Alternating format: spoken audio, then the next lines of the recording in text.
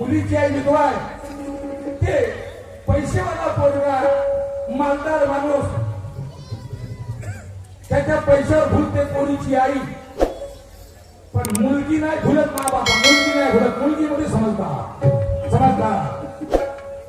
आई म्हणते की या धनवान माणसाने नवरा कर, धनवान सोड आपला नवरा, तो कोण्या कामाचा नाही आहे. पण मुलगी म्हणते नाही, मा नवरा कसाही असो पण मी सोडणार नाही. पहा किती सुंदर पोरगी आहे. आणि तुम्हाला असं करायचं आहे ना.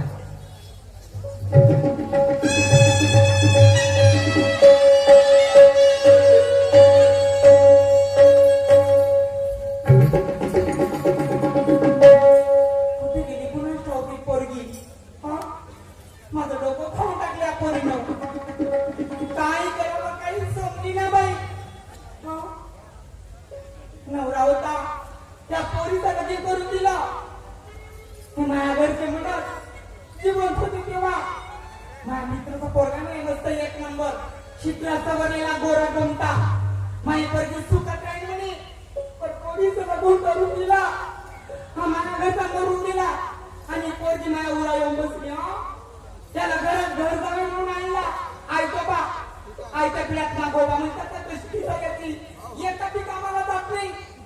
आम्ही दोघा मायले की राब लागतो वावरा आणि याच्या तोंडात भरतो त्या पोटात त्याच्या. हो पण याला सरळ कवडीची हो आणि सायकला खाल पाहिजे फुकट खाया.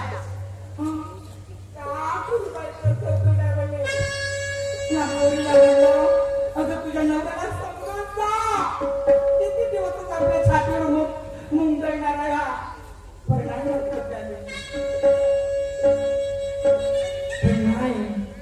मी बी नावाची बाई हो कसा माझ्या घरात यायचा खायला तुझं ते बोलल्या चांगलं सांगते मी आज जाऊ ठीक हा पण मी तुझ्या नगरा खराब आहे. हो कृष्णा हे काम किती माझा अंत पाहिजे मी हो ते माझं सुखी संकाराला सांग बाबा तू.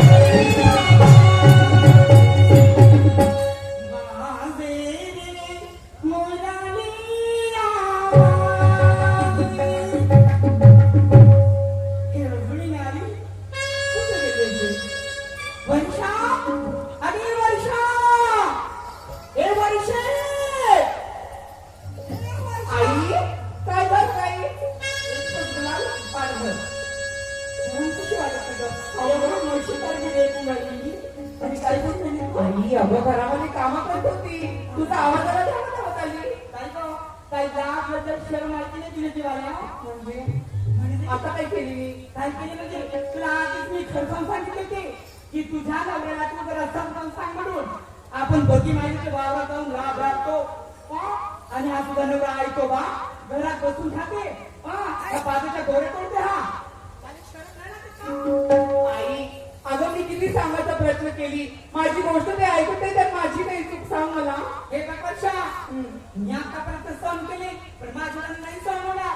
तू एक ध्यान गोष्ट घे तुझ्या नवऱ्याला बजावून सांग तू एक तर नोकरी पहा म्हणा नाहीतर वावरात राबाला जा नाहीतर तिथं खूप मोठं खाय पडेल आपल्या गावाला निघून जा म्हणा.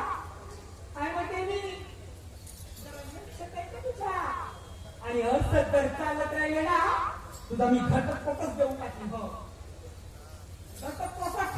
आई आई हे बघ थांब तू अशी रागावू नको मी त्यांना समजायचा प्रयत्न करते समजाव हो नाहीतर तुझ्या दुसऱ्या लग्नाचा विचार करायला मी मागा पुढे पाहणार नाही समजतात. चाललेली पाटलांच्याकडे कामाला पण गोष्ट लग्नाची काय ठरतो एकटे जाऊ. काय सांगावं बाई नशिबाच्या गती कोणाला सांगू काही समजत नाही मला 1.5 वर्ष झाले बाई माझ्या लग्नाला. माझे बाबा चांगला नोकरीवाला मुलगा आहे म्हणून त्या मुलाशी माझं लग्न करून दिलं आणि काही महिन्यातच माझे बाबा देवाच्या घरी चालले गेले. पण काय ग माझ्या नवऱ्याला 3 वर्ष झाले आमच्या लग्नाला पण अजूनही त्यांना नोकरी नाही काही नाही. एवढे शिकलेले असून काही फायदा नाही हो. मी किती वेळ त्यांना समजावून सांगितले अहो कुठेतरी नोकरी बघा कोणत्या कंपनीमध्ये रिझ्यूम द्या नाहीतर कोणत्या दुकानामध्ये काम बघा पण नाही माझ्या नवऱ्याला त्या गोष्टी कळत नाही हो. आणि ही माझी आई सारखी माझा जीव खाते. काय करावं एवढे बोलणे ऐकूच नाही शकत मी माझ्या आईचे. बरोबर आहे माझ्या आईचं या घरची वनवन करते त्या घरची वनवन करते याच्या घरी शेतात काम करते त्याच्या घरी शेतात काम करते. तशी आम्ही दोन्ही मायले की काबाळ कष्ट करतो आणि हे आयत्या पिढ्यावर नागोबाज बसण्यासाठी फुकटचे हट्टा मोडते घरचे. जेवढे आणले घरी याला चांगली जॉब विचारते मी. बरोबर आहे माझ्या आईचं कोणती आई रागावर असं राहिलं तर एवढी यांना घरी चांगली जॉब.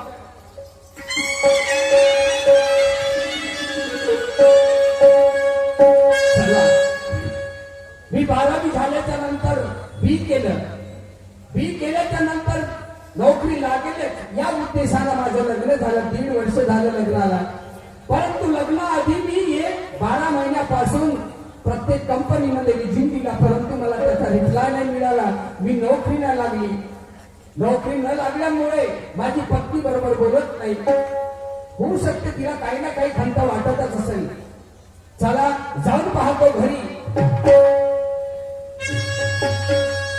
लगाले प्रेम ईश्वर से लगाले प्रेम ईश्वर से अगर तू मोर सका है लगाले प्रेम ईश्वर से अगर तू मोर सका है लगाले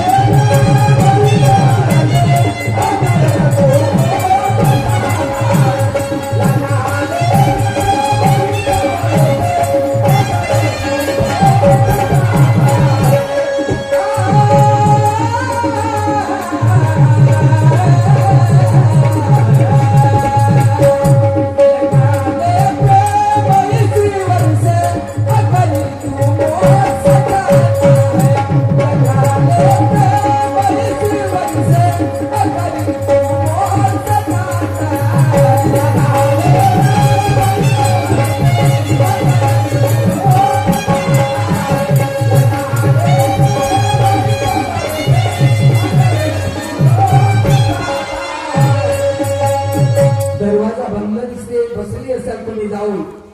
वर्षा अगं ये वर्षा. हा श्रीमाननीय अनिलजी खंगार यांच्याकडून 100 रुपयाची भेट मिळाली. माझी धन्यवाद देत आहे. वर्षा नारी ग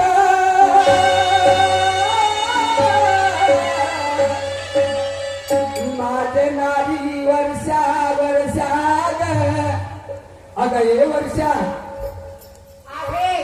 घरी ते म्हणाली आणि डबल कष्ट करून खूप राबल्या सांग बाहेर जाऊन म्हणून एवढा तोंड फाडून ये वर्षा काय झालं? अगं बाहेर तर चांगले दोन शब्द समाधानकारक पूर्व मला मिळतच नाही, परंतु तुझ्याकडून अपेक्षा आहे तर ती तुही उलटी स्थिती बोलून राहिली. काय झालं? राहू दे ते तुमचं पोतीपुराण तुमच्या जवळ. हो मग एवढ्या दिवसाची मी तुम्हाला सांगून राहिली कुठेतरी नोकरी बघा म्हणून. काम काही काम धंदे करायला भूक लागते का तुम्हाला? मी 9 कंपन्यामध्ये विजिट दिलं पण त्याचा रिप्लायच मिळाला नाही. याला माझा दोष आहे का? मी तर तुमच्या फसलो असेल तर तुला तरी असं वाटते का? नाही एवढे लोक का पागल आहेत का? नाही पागल आहेत ते कामाला कपाळ कष्टाने जातात का? अहो नाही काही बनत असं तर कोणा कोणाचं शेतात वावरत नाही का? मला एक गोष्ट सांग, शिकला सवरला व्यक्ती मी कधी त्या कास्तकारीत काम केलं नाही आणि कास्तकारीच्या कामाचा अनुभव असेल का मला? तुला एवढी समजत नाही? अहो राहू द्या ना, करणेवाले 17 धंदे मला नको सांगा ती शहाणपणाच्या गोष्टी. तुम्हाला चांगल्याला सांगते मी, समजलं ना? ते माझी आई सारखी माझा जीव खाते तुमच्या पायी. रोजच्या रोज कटकट घरामध्ये लावते माझ्या मागं. तुमच्या त्याला बरोबर या घरी नाही का आपला धोपटी बेला उतरून चाललेला पडतरी चुकायला राहू द्या आम्हाला. म्हणजे तुझ्याही मनातून मी उतरलो असं म्हणायला काही हरकत नाही. तुझ्या या बोलण्याच्या वक्तृत्वावरून मला असं वाटते. बरं ठीक आहे, तू म्हणते ना मला अजून 2 कंपन्याचा ऑफर आहे. त्या कंपन्यामध्ये जर समजा परमेश्वराची कृपा असेल तर मला जागा मिळेलच. मी अजून जातो, अजून गेल्याच्या नंतर प्रयत्न करतो आणि त्यामध्ये प्रयत्नशील होईल. परंतु वर्षा असं बोललं बरोबर नाही की बाळगाडी. अहो मी अशी का म्हणते, माझ्या म्हणण्याचा अर्थ तरी तुम्ही जाणून घ्या.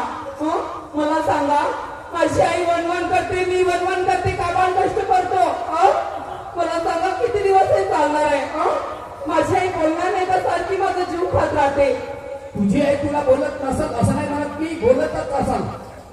माझ्याकडे तरी थोडंफार विचार कर. तुम्ही लवकरात लवकर नोकरी शोधण्याचा प्रयत्न मी अजून नोकरी बघतो, अजून प्रयत्न करतो. त्या प्रयत्नामध्ये यशस्वी होईल मला विश्वास आहे. बरं जाऊ द्या. चला तुम्ही पकडून भावून आले आता जेवण करून घ्या अगोदर घरी. चला.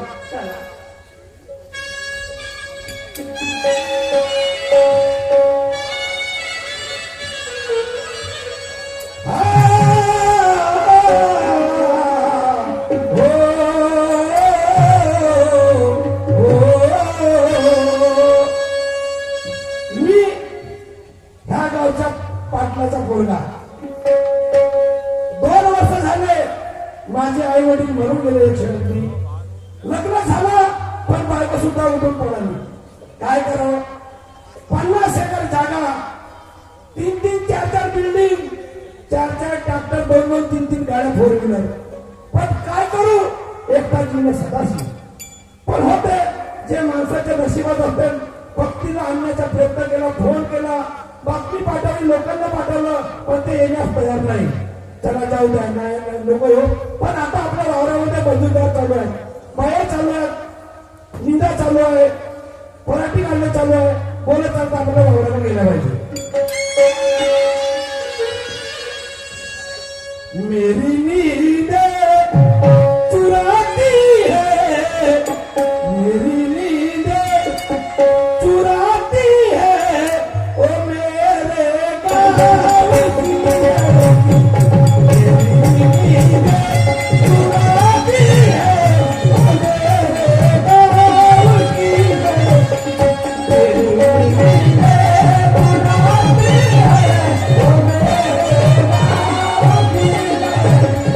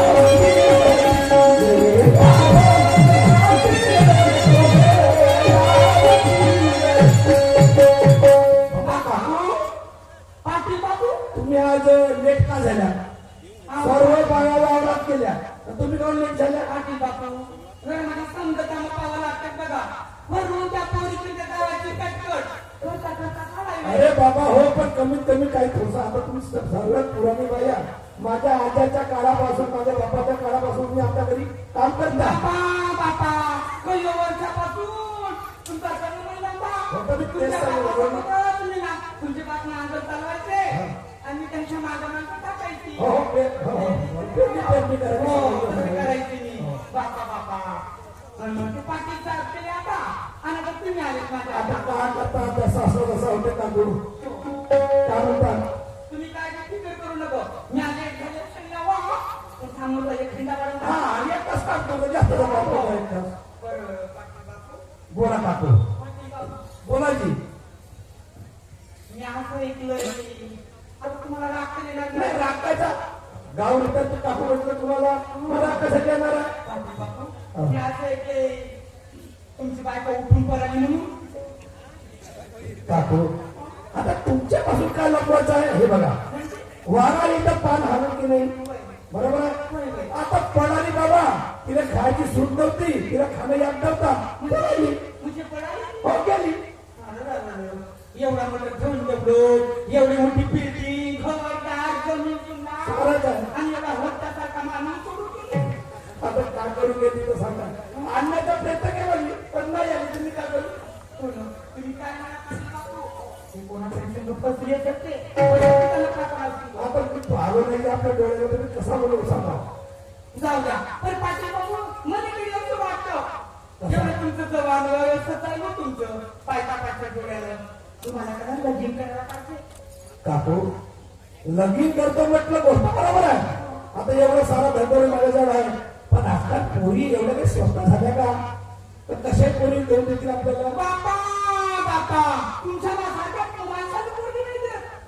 का करू बाबा आता बाबा तुमच्या लक्षात आलं काय कधी पोरगी सांगा म्हणजे आहे तुम्हाला एक सांगू सांगा ना. तुम्ही काय म्हणा पाटील बापू पोरगी तुम्हाला पाहिजे ना हो माझ्या वर्षीसारखी पाहिजे माझ्या पोरीसारखी हो एकच नंबर दिसतो जोडा पाहिजे. अजून तुमच्या पोरीचं लग्न झालं आहे ना लग्न तर झाला आहे बा पाटील बापू पण काय करतो पाटील कामाचा धामा तो दावी कामाचा धामाचा नुसता खातं राहायचे काय तेवढी पेपर नाही केले